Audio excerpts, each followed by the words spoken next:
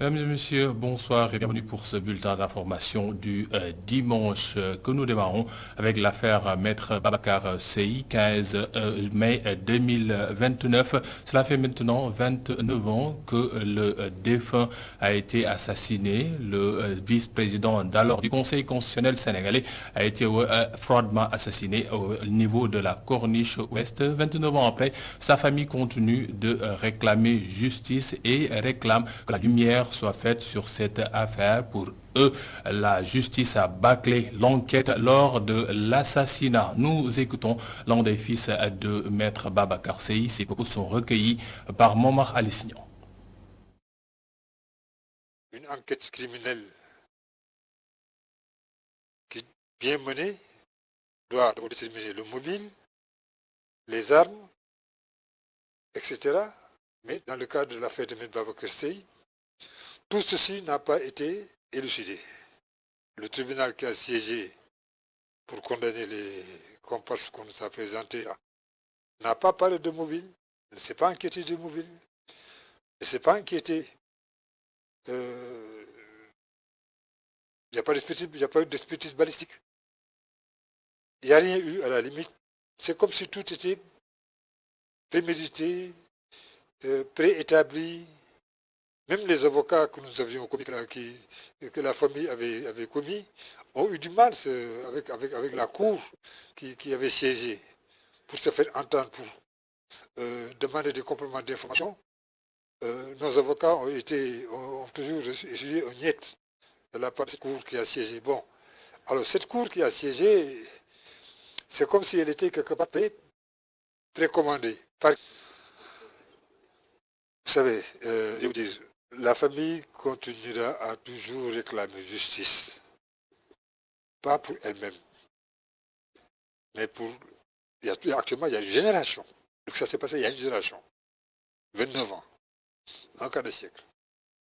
C'est pour déjà ça que nous réclamons justice, pour qu'ils sachent exactement comment ça s'est passé. Parce que comment on appelle ça, c'est le point noir de l'histoire politique judiciaire de ce pays-là, ce Sénégal. L'affaire Maître Babacar Sèye qui a fait l'objet d'un documentaire réalisé par le cinéaste Moussa Senabsa. Moussa Affaire Maître Babacar Sèye, festin d'un retour qui sera l'objet d'un plateau spécial ce soir avec Khalifa Diakhaté. Nous parlons à présent politique législative 2022. Qui y participera? C'est la question qui taraude l'esprit de bon nombre de Sénégalais et Moundiaï Sissé de l'ONG 3D s'est penché sur la question. Lui qui était l'invité du jury du dimanche a essayé d'éclairer les lanternes des uns et des autres au moment où la polémique enfle entre partisans de Benno Bokk Yakaar mais aussi de Yewwi Askan Wi. La synthèse de ces conclusions, c'est dans ce récit signé Abdourahmane Ly. Le président de l'ONG 3D s'est voulu clair. Il n'y a pas de jurisprudence Malick Gakou, motivant ainsi la coalition Yewwi Askan Wi à exiger l'invalidation de la liste de la coalition majoritaire. En réalité, le leader du grand parti voulait régulariser à sa liste incomplète de parrains à 2 reprises, ce qui n'était pas prévu par la loi, d'où le rejet du dossier de parrainage par le Conseil constitutionnel. Quoi qu'il en soit, le rejet de la liste de la coalition Benno Bokk Yakaar doit être prononcé par le Conseil constitutionnel pour surplus de parrains selon l'opposition, malgré l'arrêté du ministre de l'Intérieur. Moi, ce que je trouve, c'est que Yewwi aurait dû attaquer l'arrêté ministériel sorti le 27 avril dernier. Maintenant, ce que Yewwi a, comme en considérant que le Conseil a une jurisprudence, oui, après la publication, on a dit que chaque liste peut saisir le Conseil constitutionnel. Si Yewwi, par exemple, estime qu'il y a violation de la loi, ouais, les voies de recours sont là, Yewwi peut saisir le Conseil constitutionnel et pourrait avoir gain de cause. La liste départementale de Dakar de la coalition Yewwi Askan Wi est quant à elle sous la menace d'irrecevabilité pour non-respect de la parité, si l'on s'en tient à celle partagée sur les réseaux sociaux. Le coordonnateur des organisations de la société civile pour les élections se veut prudent. Non, la liste, on ne peut pas dire qu'elle est rejetée, pas encore rejetée parce que personne n'a encore accès à cette liste. C'est lundi que tout sera clair. Le contrôle juridique va démarrer. Mais on saura qu'il y a Dor qui a raison. Lundi, on va sortir les enveloppes, on va sortir ce qui est dans les enveloppes pour voir les listes. Si Yewwi a effectivement déposé cette liste, c'est facile à vérifier. Parce que la liste est là-bas, et les listes sont sous scellé. Ce qui est certain est que le mandataire de la coalition Yewwi Askan Wi a dégagé son entière responsabilité sur cette liste qui serait déposée. Quoi de plus simple alors pour Déthié Fall de brandir la liste qu'il a déposée afin de clarifier le débat, souligne Moundiaye Cissé. Et pour l'instant, sur les 15 listes qui avaient déposé leur parrainage, seuls 8 ont validé cette étape, une chose que Moundiaye Cissé ne veut pas entendre. Pour le coordinateur de la plateforme de la société civile pour les élections, il faut permettre à tout un chacun de pouvoir participer à ces joutes électorales qui seront organisées ce 31 juillet. Nous l'écoutons lors de cet entretien avec Mamoudi Brakan. Au sortir du contrôle, nous avons dit au ministère, écoutez, l'objectif du parrainage, c'était d'avoir un nombre raisonnable de candidats. 15 candidats, c'est raisonnable. 15 listes, donc c'est raisonnable. On a fait le plaidoyer pour qu'on assouplisse le contrôle, pour les recaler pour cause de doublons. Et vous avez vu, ils sont tous passés, les 3. Maintenant, on a continué à se battre aussi pour que les recalés qui ont des parrains et qui, pour des erreurs mineures, par exemple pour le discriminant qu'ils ont mal écrit, par exemple, parce qu'on peut, à la place de mettre 1,80 pour la taille, on met, à la place de mettre 180 pour la taille, on met 1,80, des choses comme ça, des erreurs mineures. Nous avons fait le plaidoyer pour que ces 7-là soient repêchés. Ils peuvent garder espoir.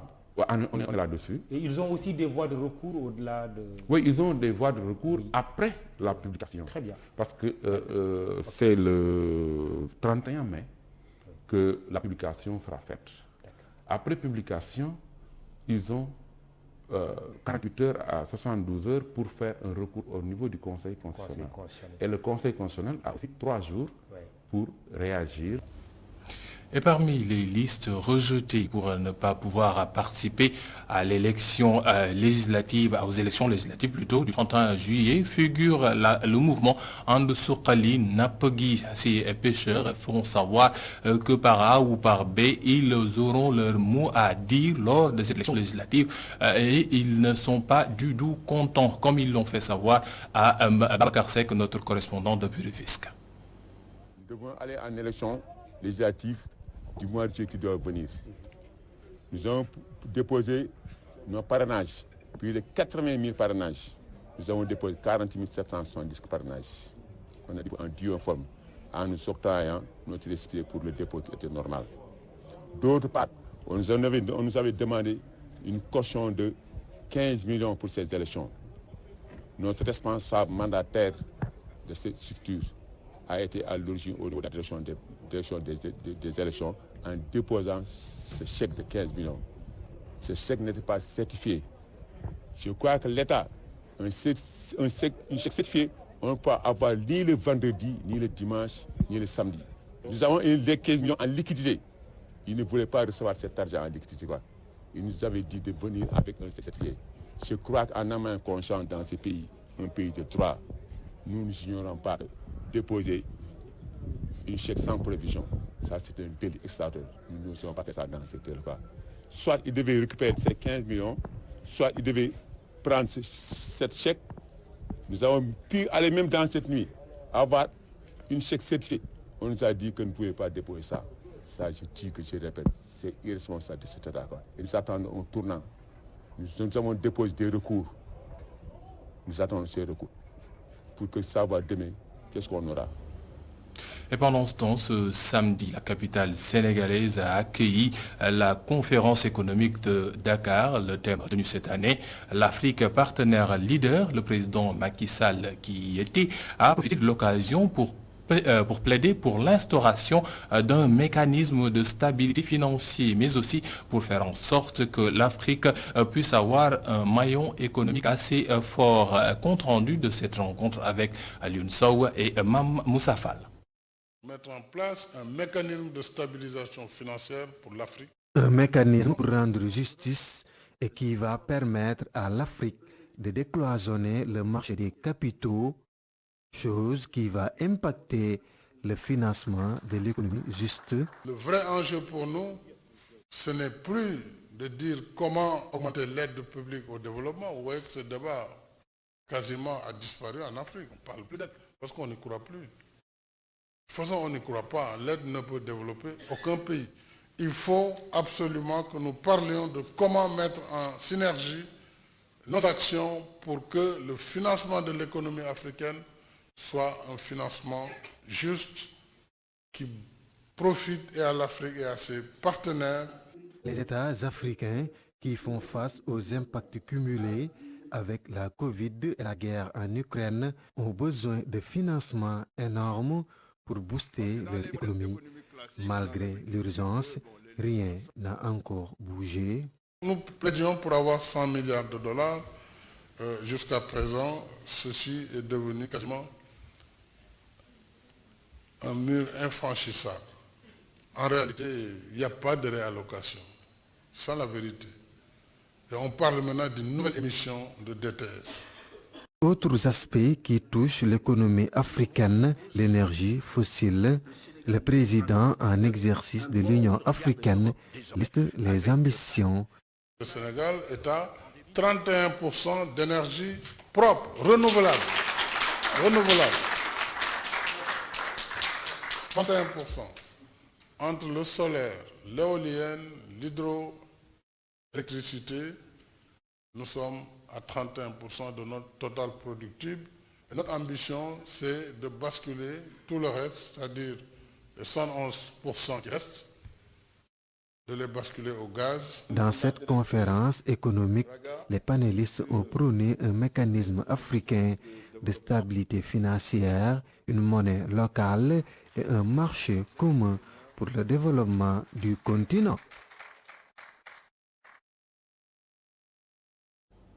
Cap à présent sur Touba, où le nouvel hôpital de la capitale du mouridisme commence maintenant à accueillir ses premiers patients. Selon le directeur de l'hôpital Cheikhoul Khadim de Touba, 10 services vont démarrer leurs activités. Dr Moustapha Souran annonce déjà des soins de qualité pour répondre aux attentes des habitants de la ville sainte. Il répondait aux questions de Gorondaglo. Aujourd'hui, si nos défis par rapport aux ressources humaines sont relevés, les gens n'auront plus à aller jusqu'à Dakar ou à Thiès pour aller se faire soigner. Nous avons pratiquement tous les services. Nous avons des spécialistes qui sont déjà affectés. Il en reste déjà pour certains services. Mais pour l'essentiel, nous avons des spécialistes qui sont très compétents, qui ont fait les preuves et qui peuvent en tout cas prendre en charge cet équipement. Nous avons également peut-être d'autres jeunes médecins qui sont là, mais qui seront encadrés. Dans chaque service, il y a un senior qui va pouvoir encadrer tous les jeunes qui sont affectés dans ces services et les paramédicaux. À partir de lundi, nous allons démarrer. Peut-être pas avec tous les services. Nous allons démarrer avec 10 services. Nous allons démarrer avec la médecine interne et spécialité médicale, chirurgie générale, urologie, pédiatrie, gynécologie, ophtalmologie, radiologie et laboratoire. Dans ce premier temps. Pour le reste, ce sera en fonction de l'affectation du personnel et de la formation de ce personnel-là sur l'utilisation des équipements. Et pour terminer, nous parlons de ces actes de vandalisme sur les biens publics devenus assez récurrents. De plus en plus, les jeunes, pour manifester leur mécontentement, s'attaquent aux biens publics. Une chose qu'il faudrait protéger, mais comment y remédier? C'est un sujet signé Amidjoufa. Heure de pointe à l'école normale supérieure d'enseignement technique et professionnel, les gens pressent le pas pour rentrer. Lamine Fofana nous accorde une minute. L'élève inspecteur estime que pour sensibiliser les jeunes sur la gestion et le respect des biens publics, il faut miser sur l'éducation à la citoyenneté à travers des causeries dans les écoles et même dans les maisons. Donc les gens doivent prendre conscience de ce phénomène-là qui est entré, qui gangrène notre société et qui constitue un mal à régler dès la racine. C'est-à-dire il faut sensibiliser les gens le maximum possible à partir des écoles, un peu partout, dans les causeries, dans les maisons, que chacun éduque sa famille pour vraiment pour le développement de notre société qui est à mal de conscience. Toujours selon lui, les responsabilités sont partagées, mais les jeunes doivent suivre de bons exemples. Les responsabilités sont partagées. C'est vrai que même si on voit des actes de contre-nature au niveau de la sommet de gestion gabégique, ça ne doit pas pousser les gens à faire autrement. Mais au contraire, les gens doivent essayer de voir les modèles pour s'en référer, pour prendre ces modèles-là comme référence et non regarder les comportements déroutants pour faire aussi ce que l'on veut détruire en même temps. Plus loin, Khadim Diop, employé à la société Dakar Dem Dikk, pointe du doigt l'État qui, selon lui, devrait veiller à la sécurité et installer des caméras de surveillance. Certains biens publics nécessitent une surveillance permanente. Par exemple, ce qui s'est passé avec les câbles de communication d'ITR, l'État devrait être en mesure d'installer des caméras de surveillance tout le long du trajet. Les incivilités sont devenues banales, de même que la destruction des biens publics, des pratiques à bannir dans un état de droit. Et selon nos interlocuteurs, seule la sensibilisation peut juguler ce phénomène. Merci beaucoup, Ami Diouf. Mesdames et messieurs, c'est la fin de ce bulletin d'information présenté par Cheikh Hassan Fall. Tout de suite, la suite de vos programmes sur ITV et surtout, retrouvez Awa Diop pour la continuité de votre bloc d'information la totale du dimanche. Merci beaucoup.